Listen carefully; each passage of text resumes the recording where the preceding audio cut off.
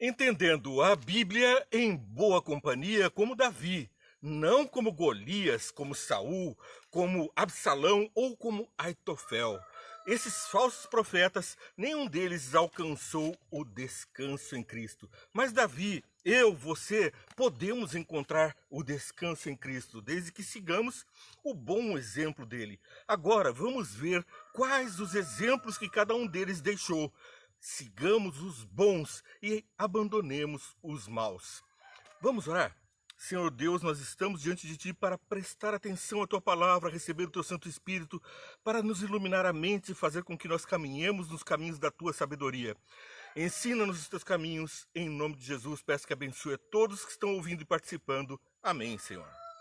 Pois bem, Davi educou Salomão, o homem mais sábio, o rei mais sábio, o juiz mais sábio, reconhecido por todo mundo. Mas e Davi? Davi também era dono de uma poderosa sabedoria dada por Deus. Errou muito, pecou demais. Assim como eu, talvez você também precise encontrar o descanso em Cristo como Davi fez. Vamos nos lembrar do que falamos essa semana. Davi havia cobiçado a mulher alheia. Depois adulterou com ela. Depois, vindo a denúncia pelo filho que nascia, tratou de mandar matar Urias, o marido da mulher com quem tinha adulterado.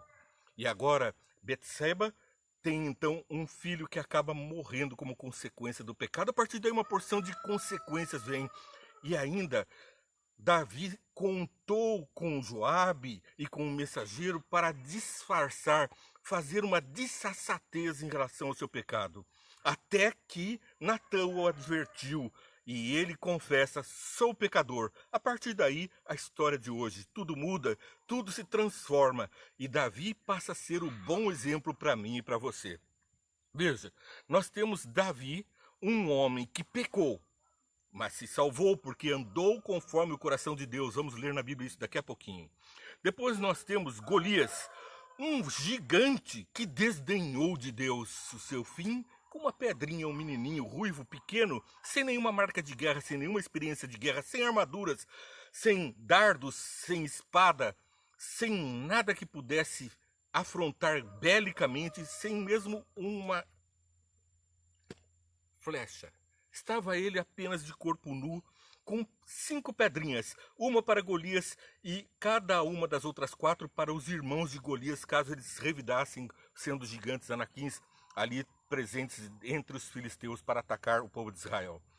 Então Golias desdenhou de Deus, disse que serviria o corpo, a carne de Davi, aos cães e aos pássaros nas plantas, portanto, em oferenda aos seus deuses.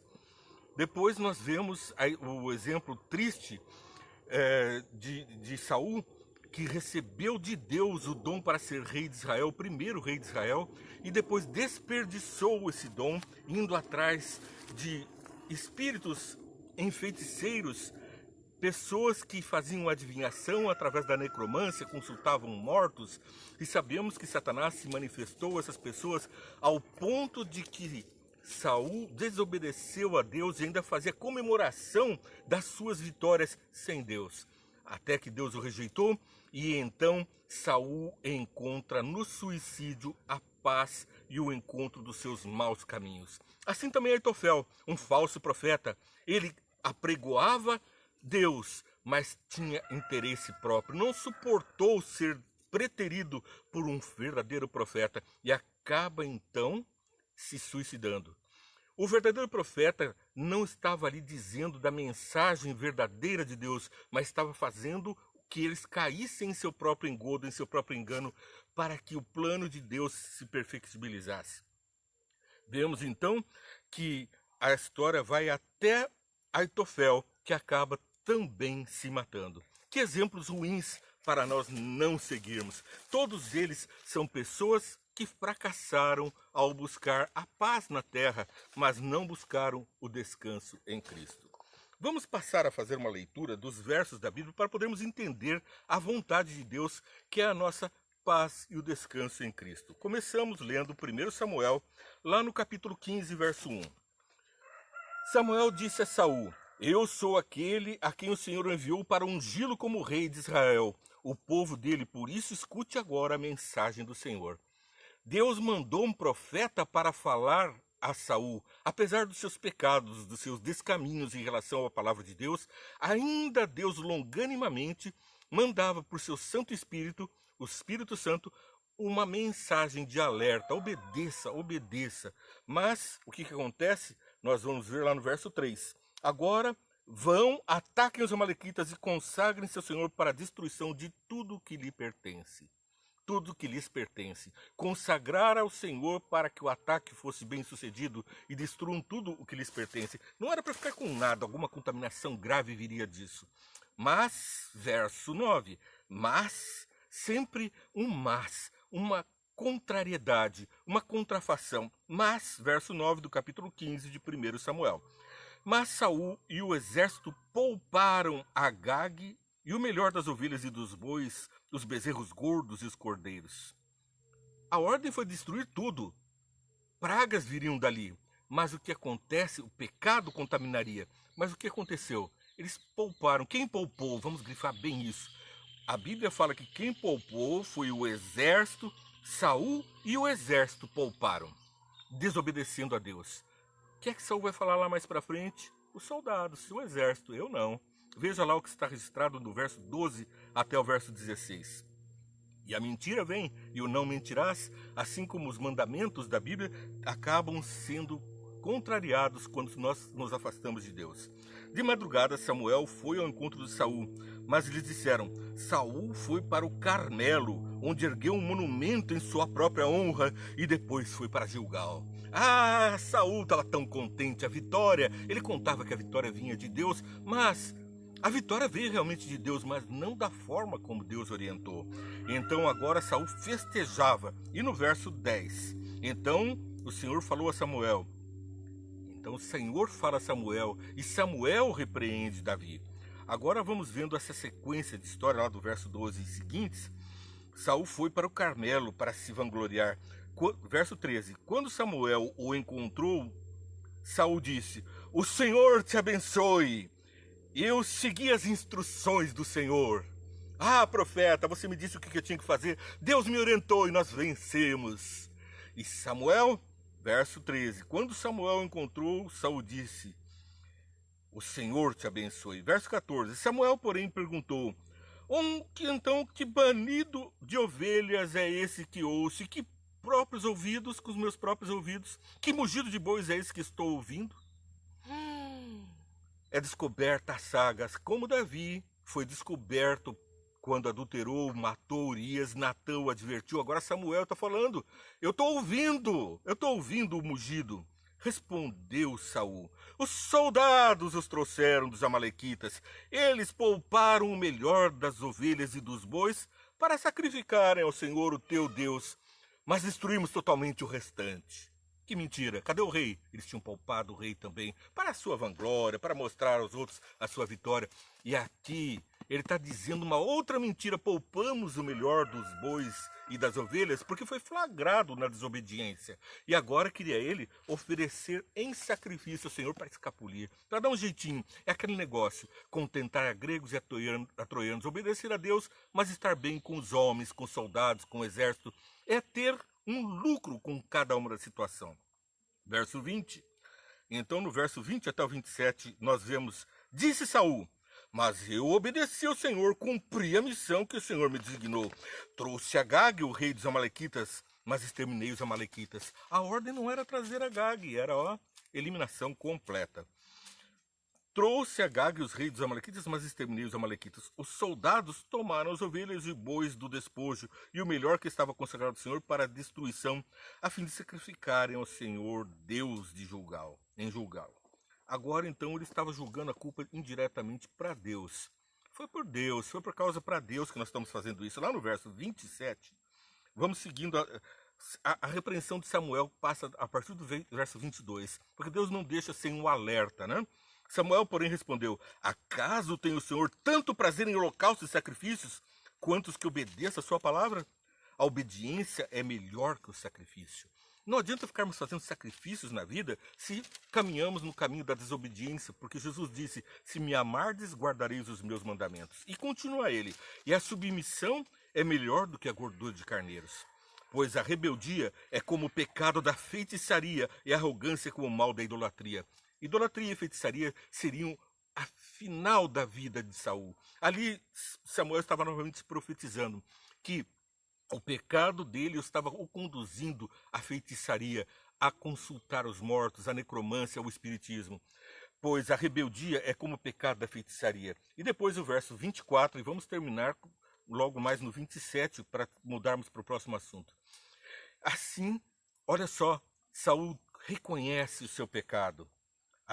Veja só, verso 23. Pois a rebeldia é como o pecado da feitiçaria e a arrogância como o mal da idolatria. Assim como você rejeitou a palavra do Senhor, ele o rejeitou como rei. Olha só, a consequência do pecado, a rejeição. E ele faz como Davi, verso 24. 1 Samuel 15, 24. Pequei, disse Saul. Pequei, disse Davi. O caminho está igual. Os dois tinham pecado. Eu pequei. Também estou no mesmo caminho. Você pecou? Está dentro do mundo do pecado, porque todos pecaram e foram destituídos da glória de Deus, mas somos alcançados pela graça de Deus para obtermos o descanso em Cristo. Mas a continuação vem. Pequei, disse Saul, violei a ordem do Senhor e as instruções que tu me deste. Tive medo dos soldados e os atendi. Um rei poderoso como Saul, petulante, teria medo dos soldados? Não, foi uma ordem dele, foi uma influência dele, foi aquele meio que ele cultivou em torno de si que ficou: dize-me com quem tu andas e te direi quem és. Ali estava Saul, parecidinho com todos os desobedientes. Samuel havia advertido sobre a vontade do Senhor publicamente. Todos os soldados ali sabiam da ordem, mas seguiram o seu grande líder, Saul, e vão para o mesmo destino.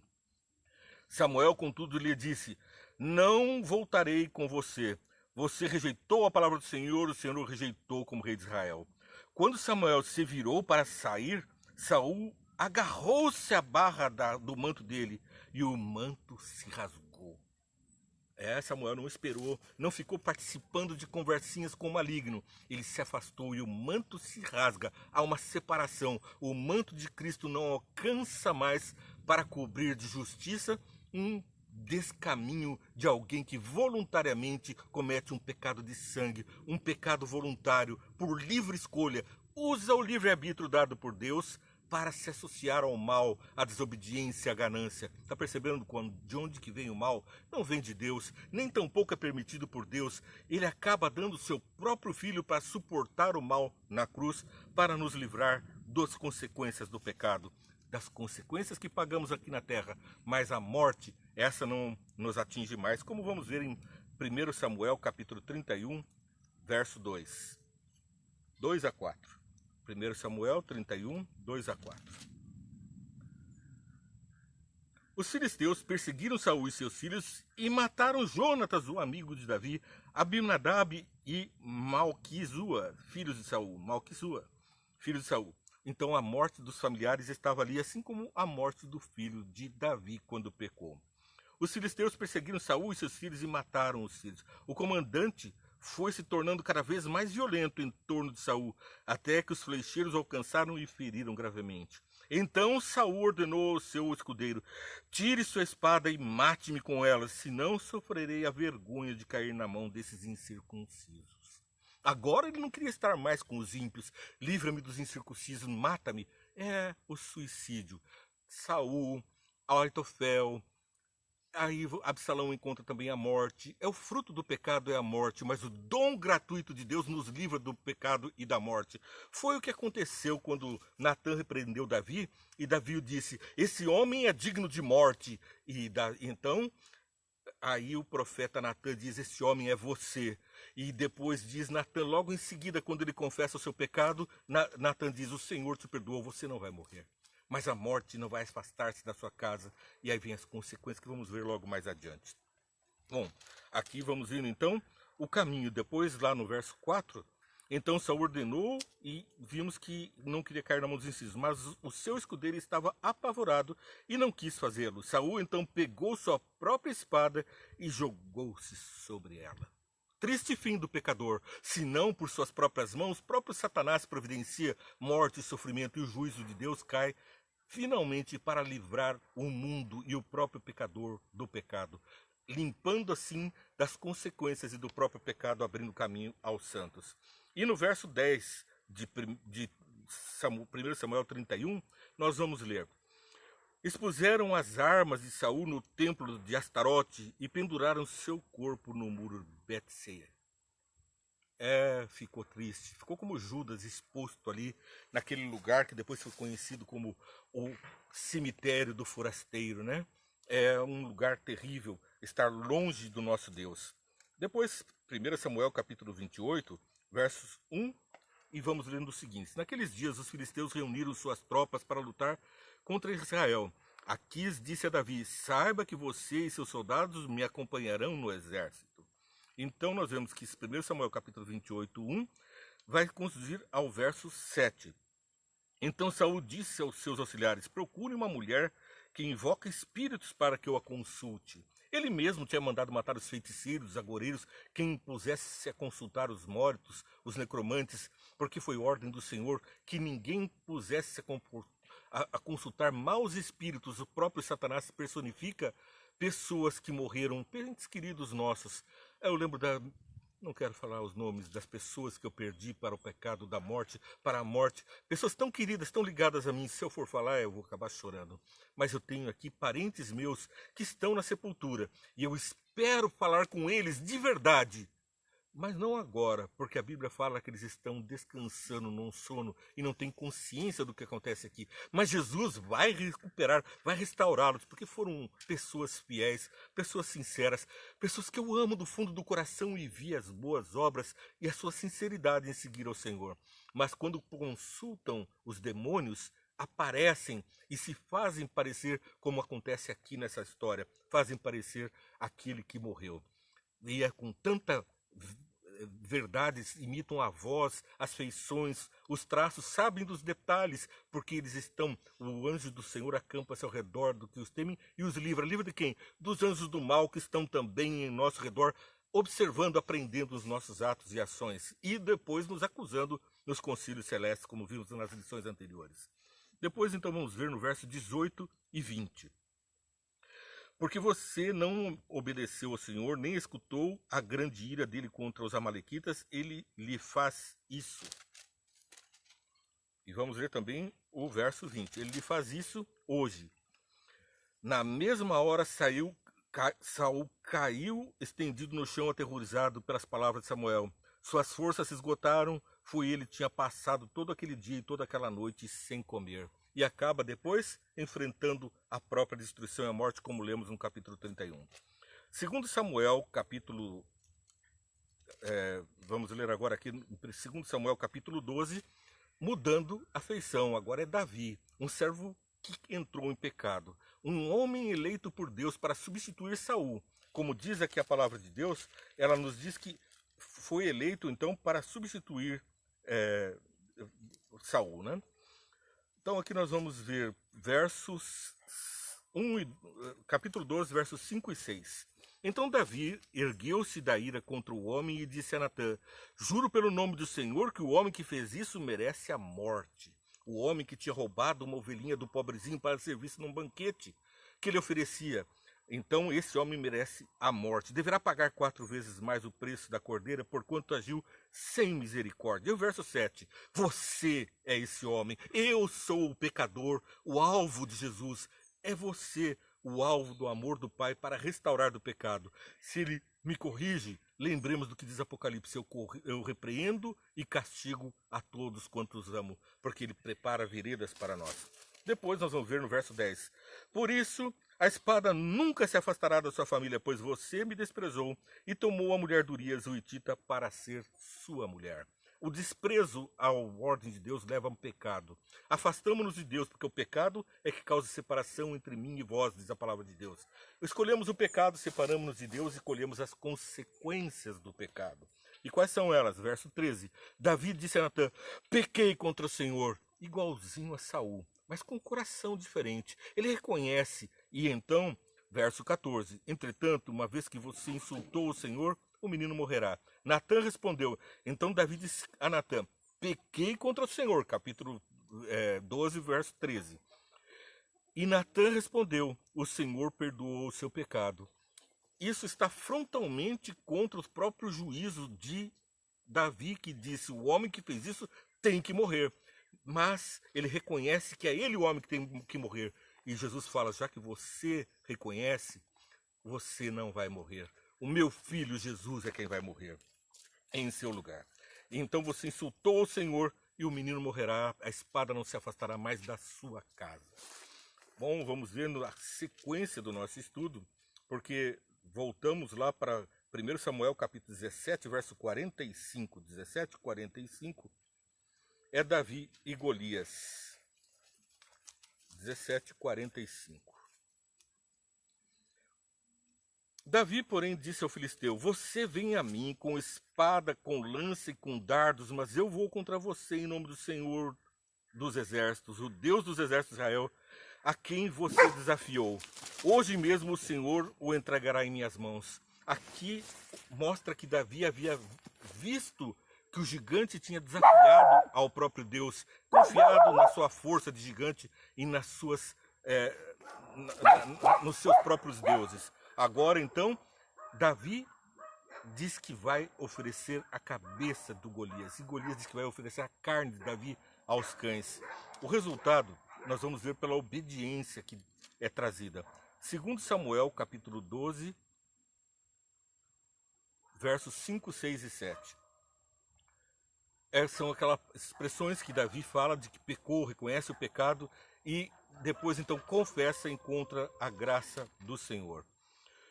Mas Absalão segue na linha de trazer espada à casa de Davi. Porque Davi então morre Mas aqui vem então no capítulo 17 de 2 Samuel, capítulo 23. Vendo Aitofel que o seu conselho não havia sido aceito, selou seu jumento, foi para casa, para a sua cidade natal, pôs seus negócios em ordem e depois enforcou-se. Aitofel tinha dado um bom conselho. Ele era um homem sábio, reconhecido como inspirado por Deus, por Davi e também pelo seu filho. E agora Absalão segue o conselho de outro e não de Aitofel. Como ele não era apegado com Deus, diferente de Samuel, que deu o conselho e trouxe a repreensão, ele se contrariou e acabou se enforcando. Nós vemos que você não precisamos buscar o caminho da morte, de se enforcar, da perdição, de continuar no pecado, porque está registrado em Atos capítulo 13, verso 22, Atos 13, verso 22, depois de rejeitar Saul, levantou-lhes Davi como rei, sobre quem testemunhou: encontrei Davi, filho de Jessé, homem segundo o meu coração. Ele fará tudo o que for da minha vontade. É Deus dando testemunho de um homem pecador convertido. É Deus dando testemunho de mim e de você. É Jesus morrendo em meu lugar. Em Romanos, capítulo 3, vamos para o final, versos 23 e 24.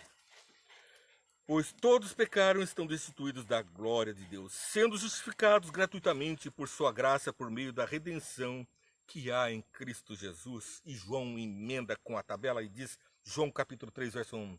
Vejam como é grande o amor que o Pai nos concedeu, sermos chamados filhos de Deus, o que de fato somos.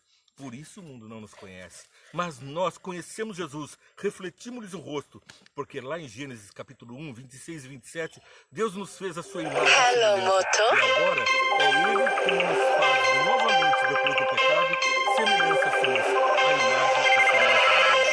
Você acabou de assistir Entendendo a Bíblia em Boa Companhia.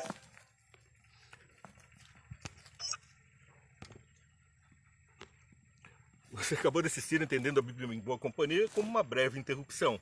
Mas todos os dias você pode curtir, compartilhar, seguir a nossa programação no Entendendo a Bíblia em Boa Companhia e nos 5 minutos Vem e Entende, que resume esse programa. Para você curtir, compartilhar, seguir a programação, abençoar as pessoas, compartilhando com elas a luz do Evangelho. Aqueles que estão opressos pelo pecado, opressos pela dor e pelo sofrimento, pela consequência do pecado, encontram em Jesus um refrigério, um rio de águas tranquilas para nos dar a salvação. Que Deus abençoe.